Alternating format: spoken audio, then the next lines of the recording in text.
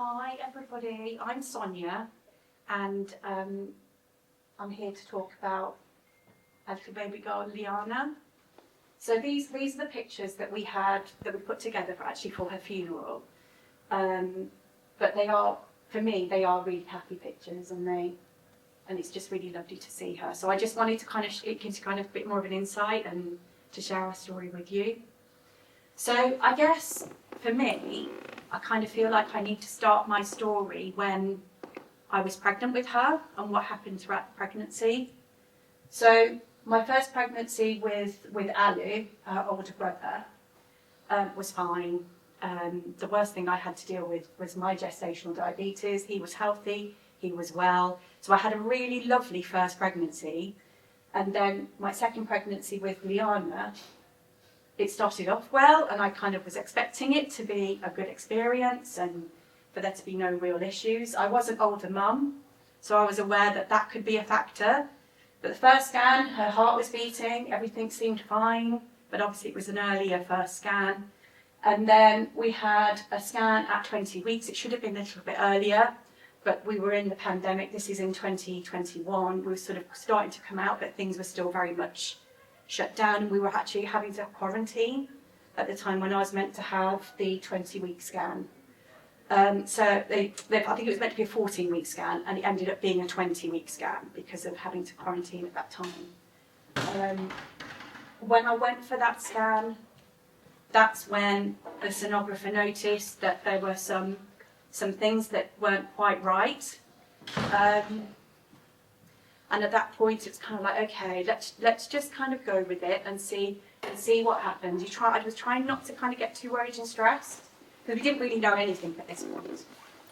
I was then referred to fetal medicine for scans to find out what was happening. They'd noticed that her cerebellum, the back and base of the brain was a lot smaller than it should be. They noticed that there were potentially problems with her kidneys. So that's when we kind of first knew that there were some quite significant issues potentially. At my first meeting at fetal medicine, the consultant was quite positive. He actually said, look, babies do develop and things grow. How are we going to stop this? Is it okay? I'll keep touching it every now and again to keep it alive. So the consultant was quite positive. He said, babies develop at different times, and the cerebellum, it may kind of catch up in its growth. Don't worry too much about that. And actually, potentially problems with the kidneys, but those are things that we can fix. And so it's going to be potentially easily remedied. So don't worry too much. And I left that thinking, okay, this feels quite positive. It feels okay. And I've got another scan then booked for several weeks later at fetal medicine again. It was always back at fetal medicine at this point. Every appointment was at fetal medicine now. So we went back for our other scan at fetal medicine, and that's when they noticed that there were significant issues with the size of her eyes. I think she's actually got her eyes open in that photo, actually. So when she opened her eyes, you couldn't actually really see that they were fully open. But I do think she had her eyes open in that one. So you can see how small they were. So her eyes were small. Again, the cerebellum hadn't really got any bigger. Kidney problems still. And the consultant was concerned of, and I remember them being quite honest at that time, of potentially some kind of chromosomal defect. They didn't really know what. They wanted then for us to go for an MRI scan, for us to be able to see what the problems were a little bit more in depth for Liyana. So again, several weeks later, we went to Birmingham Children's Hospital and had the MRI scan. And I think what's really difficult with this, and I think in one sense it's great to kind of have an understanding of what's potentially happening through the pregnancy, but you're kind of frozen in time in the sense of you don't want to start thinking about the future too much, or all of those positive, joyful things that you're hoping to enjoy with your baby, because you don't really know. You're sort of in limbo, really. You're kind of waiting for another scan or another appointment. So we went for the MRI scan, and again, it was several weeks later before we actually got more news of what was happening. So the results came back. We had our meeting with a consultant at fetal medicine, and that's when they were pretty sure that she either had trisomy 13 or 18. It was kind of pretty much felt at that point that there wasn't going to be any other, not likely to be any other diagnosis than that. Her left eye was significantly smaller than the right. Her cerebellum, again, wasn't any bigger. Problems with the kidneys. And then they start talking about having an amniocentesis, just to get confirmed understanding of what we've now got to deal with. And in my mind, okay, amniocentesis, that means that I might lose the baby. It could cause problems with the pregnancy. And even though I knew that there were going to be problems for her from what I'd been told, I still couldn't imagine wanting to put her at any kind of risk. And at this point, when we're told this at the fetal medicine, they tell us then that she's a girl. And I remember feeling elation and joy and excitement at the same time as feeling, oh my goodness, I don't know what's going to happen for my baby, and it doesn't look good. And it was such a weird place to be, because I was feeling both extremes, both feelings very much at the same time. So they told us that she was a girl. And I remember me and my husband were sat in a little side room just off where I had the scan. And this was all in the fetal medicine department. And we decided on a name for her. We decided to call her Liyana in that moment. And it felt really right and positive for us to name her at that time, because we didn't know how long we would have her. And I was feeling her move every day. So we're around 26 weeks pregnant now. We're kind of quite far in the sense of I can feel her move every day. Very, very much bonded with her. And we decided that we were going to then go through with the amniocentesis. And this was because the consultant said to me, look, we understand that you may not want to because of possible risks, but actually, if we get a definite diagnosis, if we know exactly what is happening for her, we can prepare. We know what to make sure is in place for you and her when she's born. And I went through with the amniocentesis, and I actually delayed it a little bit. I was still at work. There were things that I wanted to organise at work and put in place. And I felt that was really important and I was probably just trying to delay, maybe procrastinate, I don't know. But I felt like there was things that I needed to do at work. So we didn't actually find out until around 30 weeks that she did actually have trisomy 13. And I remember the phone call with the midwife that rang me to tell me what the diagnosis was. And I remember saying to her, I think I kind of knew that. And I did kind of go into I didn't want to make it a really difficult conversation for her either, because it must be really hard being that person that has to actually tell the family, the mother, that their baby has got something that means that they're potentially not going to be able to live. And I remember when the consultant told us, after we'd had the MRI scans, had told us that they felt that it was trisomy 13 or 18. And I remember her taking a breath and saying, I fear this your baby has what we feel is incompatible with life. And I remember her taking that breath, and she obviously had to kind of build the courage up to say that as well.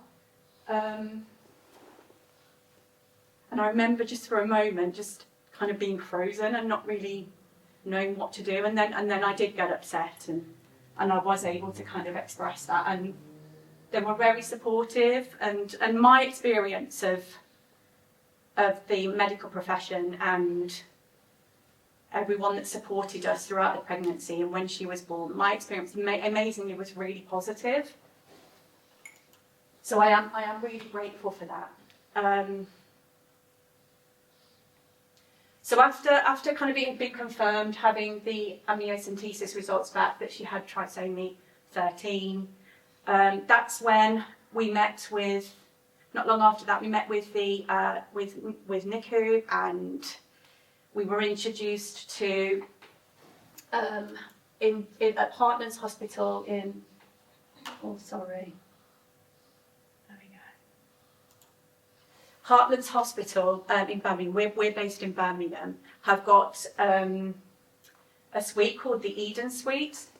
And it's a bereavement suite for those families that are born, that have babies that are either born stillborn or have similar maybe to what Liyana had, has something that they're not going to be able to live for very long. They're expected to maybe pass away quite soon. So we met all of the team there. We met NICU, and actually that was our first point when we met NICU, when some of the doctors came down to speak to us, that we felt like there was some kind of light. Every appointment, every meeting that we'd had kind of felt like it was sort of more doom and gloom, and we were being told more bad news after more bad news. And I was so grateful when we met the NICU team, because they were recognising that her heart was strong and that she seemed to be doing well, and it may be that actually when she's born, you may be able to help her feed, and if she's able to feed, then you can take her home. Even if she has to have connected up to anything, we can try and sort this so she can go home with you. And at that point, I've never really thought about that, because I wasn't sure if she was going to survive full-term pregnancy. I wasn't sure whether she was going to live long after being born, or if she was going to pass away as being born. So when someone in the medical profession is saying, actually, there are things we can do if she is doing well when she's born, was really, really comforting for me, and it kind of opened up a world again for me, really. I went into natural labour at 38 weeks, and we gave birth. I gave birth to Liyana in the maternity ward at Heartlands. It wasn't the Eden Suite where some mothers do give birth to their babies there. I gave birth in a maternity ward where other mums are giving birth, and I remember having a conversation with the consultant about that, and I remember saying, am I going to be with other mums that have just had their baby who is born healthy and well? Because I just thought, it's going to be heartbreaking for me. Not that I'm not happy for other mums, not that I don't want other babies to be born healthy, I really do. But just the thought of heartbreaking for me in the sense that I knew that my baby won't live very long. And I remember them saying, no, you will be able to go and stay in the Eden Suite at Heartlands. So I give birth, and I don't have, it did feel different because I had gestational diabetes with Liyana as well as my older son, Alu, and my giving birth with Alu, there was lots of heart monitoring and making sure he was okay, because the gestational diabetes can cause problems. There was none of that with Liyana. It was kind of like, right, okay, you just got to give birth now. And I remember asking, can you check that her heartbeat is still there? Can you make sure that she's still okay? Because I just felt like I needed to know that she was still there. And they did come and test for a heart. They did come and find a heartbeat, and So they did do what I asked, but I had to ask for it. It wasn't just like an automatic thing that what was done with Alu. So I gave birth, and she was taken away, and I remember hearing the nurse say, one of the midwives in the room say, "Oh, she's got 6 fingers and 6 toes." And then kind of what flashed through my mind was, but aren't you all meant to know that I'm someone that is having a baby that is going to be born with trisomy 13? But it was okay. That everyone was really supportive, and they were doing what they needed to do. But unfortunately, what happened very quickly after having Liyana, so I've just given birth. I then had problems. They can't detach the placenta. So I'm then being rushed into theatre, and I remember seeing my husband Ladumo with Liyana next to him, and just thinking, okay, she's alive now. Is she going to be alive when I get back? And I just kind of had to trust at that moment and kind of hope that she would be. So when I came back after theatre, she was still there. It was okay, and I was able to hold her. And she had been taking a feed completely on her own. There was nothing that she needed. She wasn't connected up to anything. If you didn't know that she was trisomy 13, you wouldn't have necessarily thought anything. There was nothing obvious really in terms of anything medically she needed around her at that time. She was born in the afternoon of the 28th of June in 2021, and because of having to go into theatre, we were kept in that room where I'd given birth to her, and then the next morning we were taken up to the Eden Suite. We were at the Eden Suite then for another 2 days. The Eden Suite, the maternity nurses and the support there was amazing. I can't thank them enough for what they did for us. For them, it was quite unusual to have a baby that didn't really need any assistance and was still alive on that ward. Unfortunately, many of the families and the babies that they have there have already passed away. So for us, it wasn't a sad time at Eden. It was a really joyful and happy time, and I feel so lucky and grateful that we had that experience there, and Liyana was well enough to be okay, to not need anything. So she was still taking her feeds fine. Everything just felt very, very normal, very similar to what the experience that I'd had with my first. She was a lot calmer than Ali was, though. She was a very calm baby. The only time she really cried was when she was hungry. So other than that, she just wanted to be held. She just wanted to be cuddled. She just loved being nestled in. That was her comfort. That was her loving place. That she just, yeah. And we were meant to go home after day 2, and then because of having everything that I'd had after theatre, I had a bit of a funny turn, and they were like, "We don't really want you to go home yet." So I ended up staying in hospital with Liyana another day. So it wasn't even Liyana that kept us in hospital, it was me. Got home, we had the support and daily visits from the community nursing team, and they were amazing. They were with us every day at home up until day 10. And I think they were with us up until day 10 because most babies will pass. If they don't pass quite soon after birth, it's sort of within 7 to 10 days. That was my understanding at the time. So they stayed with us up until day 10, and then they said, actually, she's doing all right. We're just coming and we're just having chats with you and having, cups of tea, and they said we don't actually feel like we need to be here every day. She's doing well.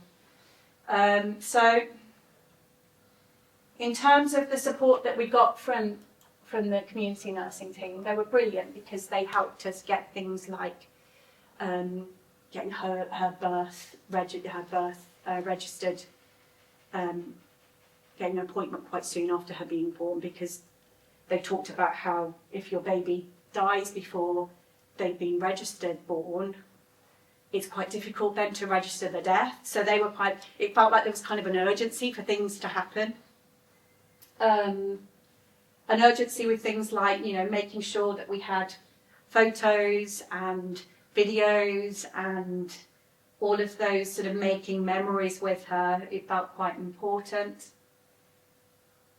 But really, sort of after 10 days, they weren't coming to see us as often. She was on antibiotics pretty much from when she was born, from when we got her home, because they felt that there potentially may be some infections with her kidneys. They weren't quite sure what was going on with her kidneys, but they felt that maybe it was important for her to have antibiotics. So that was the most that she was having at home. And the biggest problems that we had to deal with for Liyana was her colic and her nappy rash.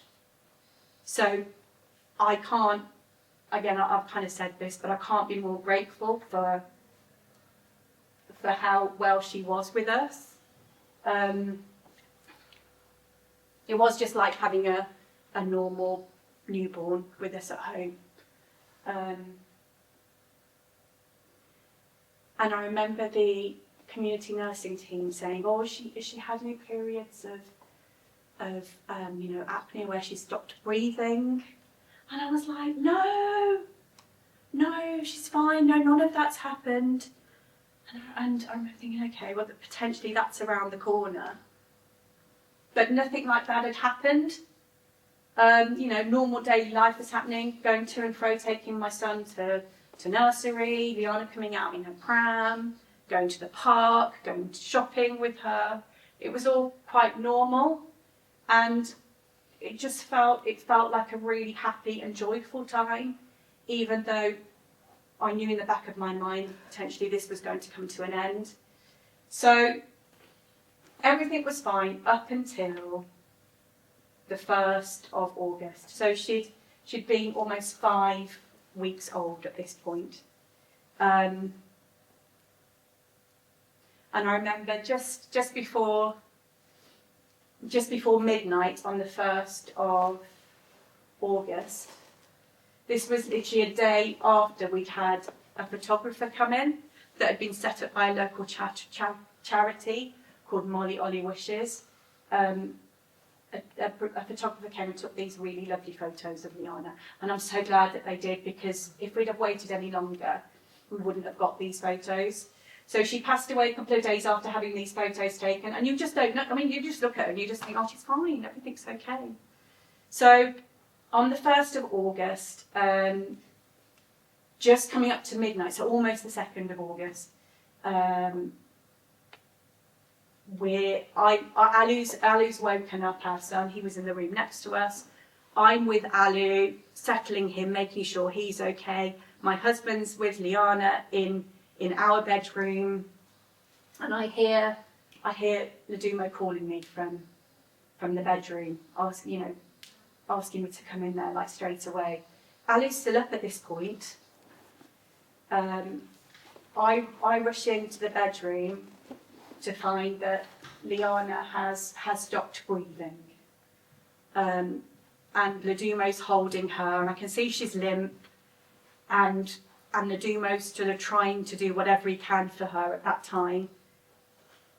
Also in the back of my mind, I'm very aware that all the messages and everything we've been told is, if anything happens for your baby, if anything starts, she starts to stop breathing, or if she's having a seizure or something is happening, just hold her.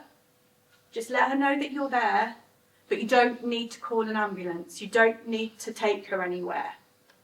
Just let her know that she's there, because actually it's kinder to allow her to just drift away. And it's such an alien thing to be told as a parent, that actually just let your child die. And I had that in the back of my mind. And Nadumo's there with Liyana. She stopped breathing.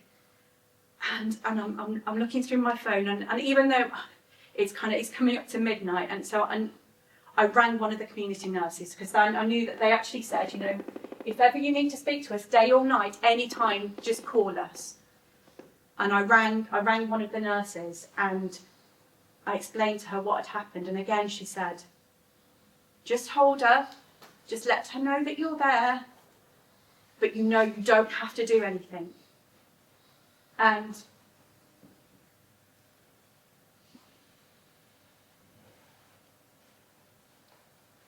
I remember thinking, okay, but this is so like against what, as a mother, what I want to do, what I feel is important to do. And then she starts crying. And Ladumo had managed, I think, he was massaging her chest, trying to help her get some kind of breath, and she'd come round. And I remember the nurse saying, well, she's crying, I can hear her crying, just hold her, just let her know that everything's okay. And Alu's, our older son, Alu, is up, and he knows what's going on, and he can see all of this. He's only 3 at this point. And we all sat on the bed together, and I held her, and I remember we sang. Sorry, I'm doing all sorts with this screen. We sang nursery rhymes to her, and it helped to settle her. And then it was calm then, and Ladumo went back to sleep, and Ali went back to sleep. We're all in our double bed.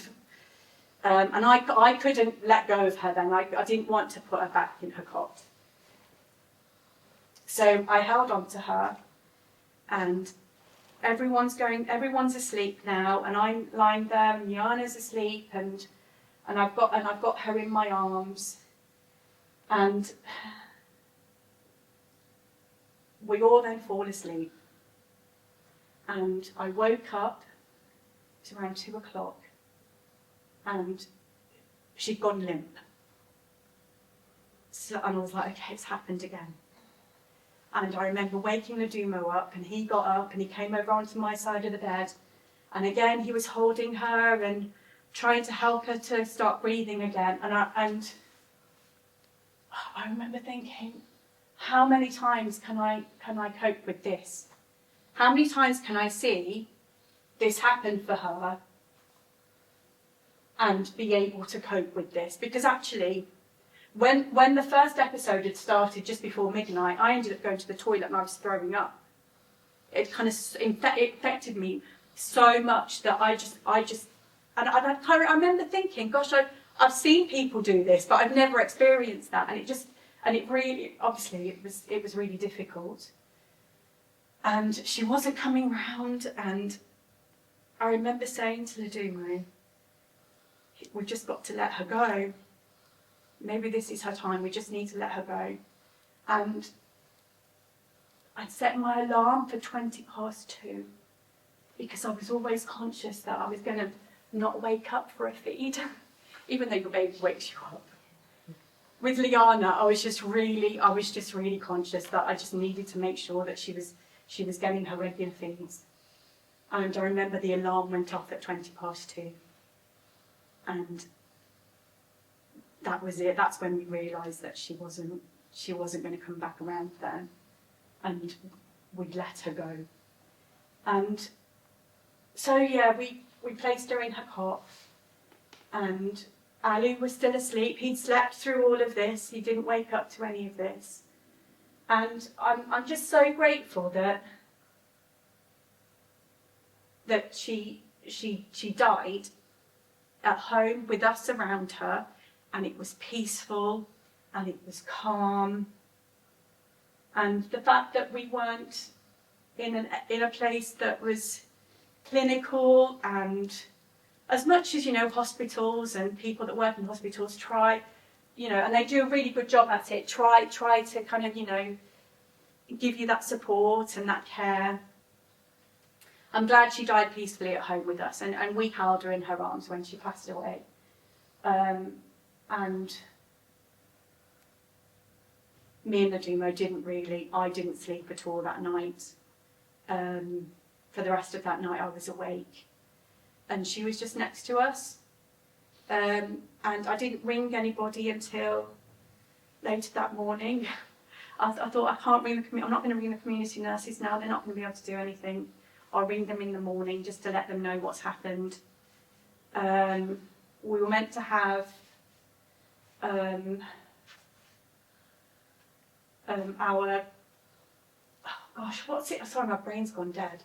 You know when you have a baby and you have they're like a nurse that comes in to just check up on your baby and weigh them? Health visitor. Yes, thank you, the health visitor, thank you. So the health visitor was due to come that day. And I remember having to kind of ring the health visitor to say, oh, you know, please don't come, you know, this has happened. And it was kind of we were sort of just in a kind of a shock. Later that day, we had the consultant that was, or the doctor, I think they were a consultant. It was someone that was connected to the community nursing team, came to register her death. And we'd moved her downstairs by that point. She was downstairs with us. And I remember them saying, you know, all really lovely things, you know, but going through the motions of what needs to happen and how what they'd registered, what they'd been able to put down seeing her, and what they were looking for to register her death. And I remember them saying to me, or to us, this isn't a shock though. You knew this was going to happen. And I wish I had said something at the time. I just didn't have the strength. I didn't have it in me at that moment to kind of say anything. But I wish I'd kind of challenged that a little bit. But anyway, that was kind of that was one of the difficult things that we've been told, I guess. But it was okay. Everybody else was really supportive and really helpful. Yeah, and then that was kind of, then it was the journey of organising the funeral, and my dad helped us do that. I couldn't even ring a funeral director that day. I don't know if it was later it was later that day that I did speak to them. I had to speak to them because they were coming to collect her. And that was awful. Just seeing her go, seeing them take her away. They'd bought a little Moses basket to place her in, and they carried her out, and just watching her go out to the car, that was just heartbreaking. But the funeral directors are really supportive, and you know, I couldn't have asked for any more from them. They couldn't do enough for us, really. And we've kept in touch with the bereavement team, the Eden Suite at Heartlands Hospital. They've always been brilliant and amazing. Throughout the pregnancy, I'd been able to found Soft UK. I was able to get a lot of information from Soft UK just to get an understanding of what Trisomy 13 was. So, not long after her passing away on the 2nd of August, we had the funeral towards the end of August. And then a few months later, I can't remember exactly when it was. It might have been quite a while later actually, because my mum passed away later on in the year after Liyana passed away. I reached out to Soft UK and Sonia. We had conversations on the phone, and I was able to talk and feel heard and understood, and it was really lovely to have someone that got what I was saying. So yeah. But my time with Liyana was joyful and happy, and we got to spend a lot of time together. Nadumo was able to get his paternity leave as well as his some holiday given to him as well. So it was a very much a time of family and being able to be together, and friends coming over to meet Liyana and other family members coming over to meet her, and So yeah, it couldn't have been better for us. And as sad as it is, I'm glad it happened the way it did, in terms of when she passed away, that she was with us at home. If it was going to happen, it happened in the best way for us.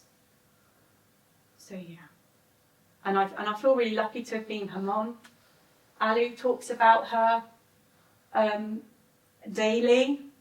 We remember her. You know, we do need to put more pictures up of her around, but we have little mementos. We connect Liyana to a ladybird. And that was a crocheted ladybird that we had for her when she was alive. And we have other little kind of ornaments, and we had pins, ladybird pins given out at her funeral as well for everyone that was there to remember Liyana, and I've been able to give them to others as well since having her. Her name meant raining with blessings, and the ladybird was something that I wanted to have in her nursery before we knew anything of what was going to happen for her.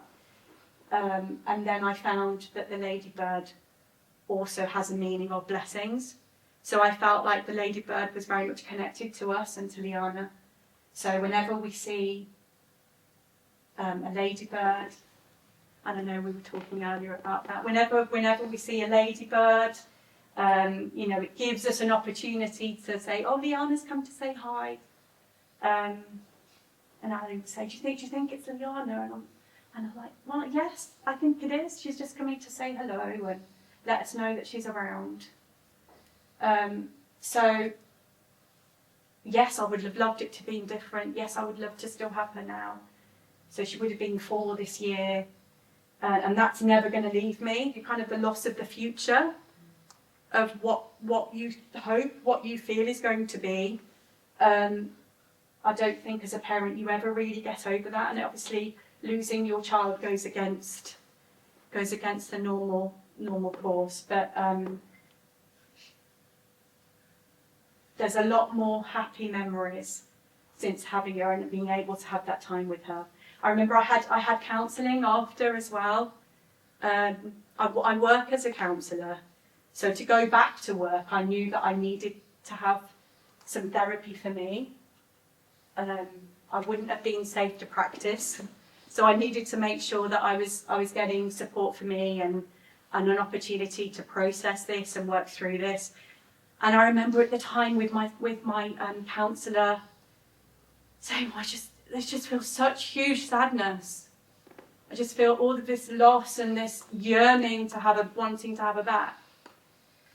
And she said, "Okay, you're talking about sadness, and I hear that. What's on the other side of that? What are the other feelings that you feel connected to Liyana?" And I said, "Love." And that kind of enabled me to kind of feel this sense of joy again. And yeah, I would love to have her back. You know, I would have loved things to be very different for her, but that wasn't her path, and that wasn't our journey and what was meant for us. So for us, she was a blessing.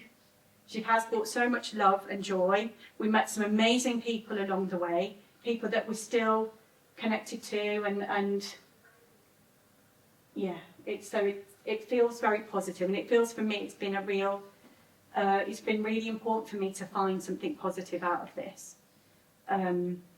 So being able to share today feels like it's part of something really positive that's come out of her short life. Thank you. I think I've said all I need to say for now.